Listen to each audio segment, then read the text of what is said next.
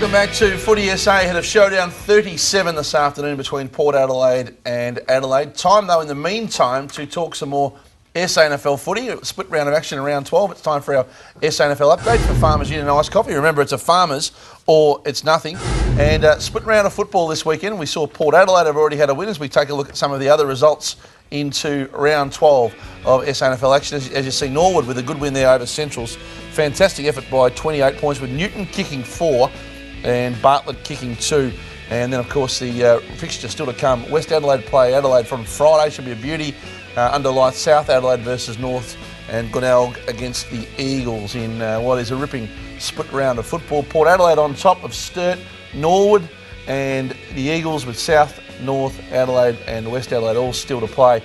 A logjam there between about, say, 2 and 6, and that loss to Sturt yesterday certainly hurt them a little bit, but they'll bounce back for sure. And looking forward to seeing the SANFL play out over the course of the next few weeks. Speaking of the SANFL, two-time premiership player now from Norwood at the Melbourne Footy Club is Alex Georgiou. He's been kind enough to join us this afternoon in the studio here on Footy SA. Welcome, Alex. G'day guys, how you going? Fantastic to see you getting an opportunity at Melbourne after a sensational career in the SANFL. Yeah, it was an opportunity I never thought would arise, but yeah, I'm very happy that Melbourne gave me the opportunity at AFL level, and I've been able to represent the club in 7 games this season. So yeah, really enjoying my time over here. Had you given up on being an AFL player? I never really had the goal as playing AFL football. Like going through the junior system, I was just a round-the-mark player, and I was just stoked to be playing league footy at Norwood. And yeah, when the opportunity arose at the AFL level, I thought it was too good to pass up, so I took it. You've had some big roles early in your career, Alex, playing on some key forwards. How have you found that? Yeah, I guess Roosie and Jade Rawlings put me onto some pretty big names like Patton, and spent time on Franklin and Roberts Thompson. So yeah, it was. I was probably a little bit in awe standing on players of that calibre, but no, I guess they're just another player, and I just tried to beat them at the best of my abilities. What's been the biggest thing you've noticed coming to an AFL lifestyle and coming from the SANFL to the AFL? What's been your biggest adjustment you've had to make in your life? I guess it's not working full time. I guess when I was at Norwood, I was working full time or studying full time, so football was just what sort of fit in on the side, and now AFL is my life and everything I do, and I guess I'm struggling to find a little bit of an out from football, and I guess that's probably the hardest thing I've found adjusting towards AFL football. You were there, in fact you were part of the now infamous Jack Viney bump. Tell us your memories of what happened here.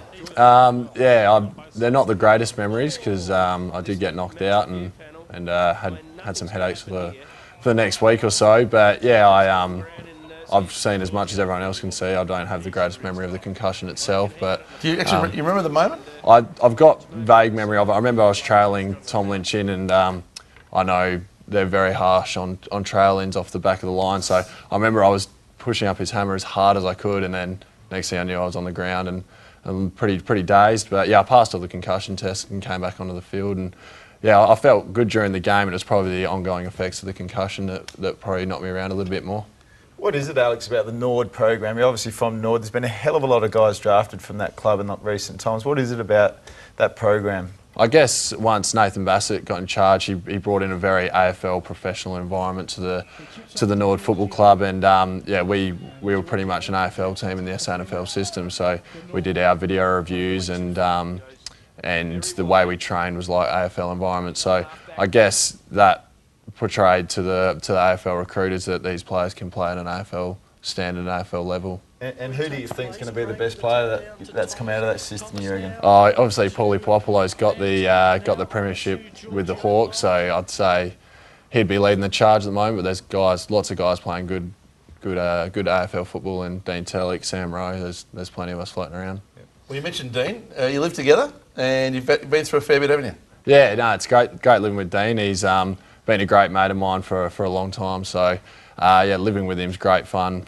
We have a good laugh, and he was fantastic when I first came to the Melbourne Footy Club. He like took me in and showed me around the club and introduced me to all the boys and stuff like that. So yeah, no, he's been fantastic for me and made the transition process really smooth.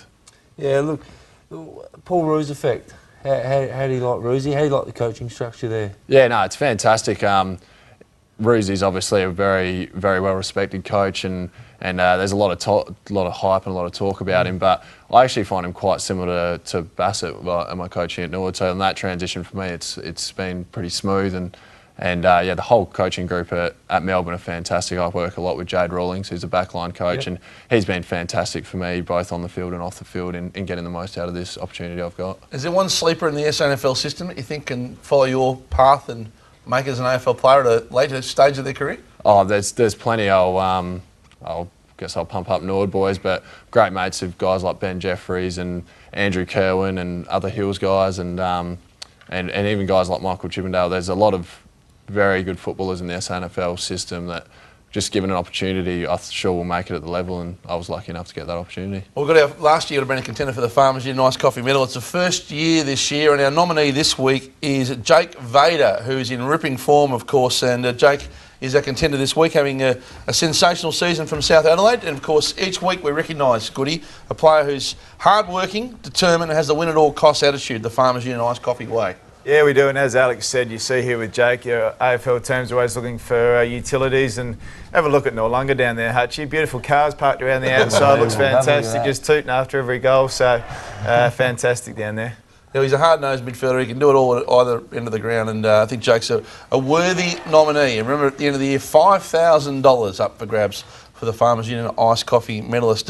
Alex, thanks for coming in. No well worries, done on sharing your journey. Good luck on getting back into the side. And the concussions will let you go. The after effects gone now? Oh yeah, well and truly gone. It probably started 2 days after the game and lasted for about 3 or 4 days. And I was fine to play the next week, past all the tests during the week. So. Well, for coming in, you get a night for two back home at the Majestic Hotels. 100% South Australian owned, of course, and operated the award-winning accommodation for hotels and apartments in Adelaide, North Adelaide and Port Augusta. MajesticHotels.com.au. Thanks for joining us. No worries, guys. Alex Giorgio, two-time premiership player, Norwood, doing great things at the Demons.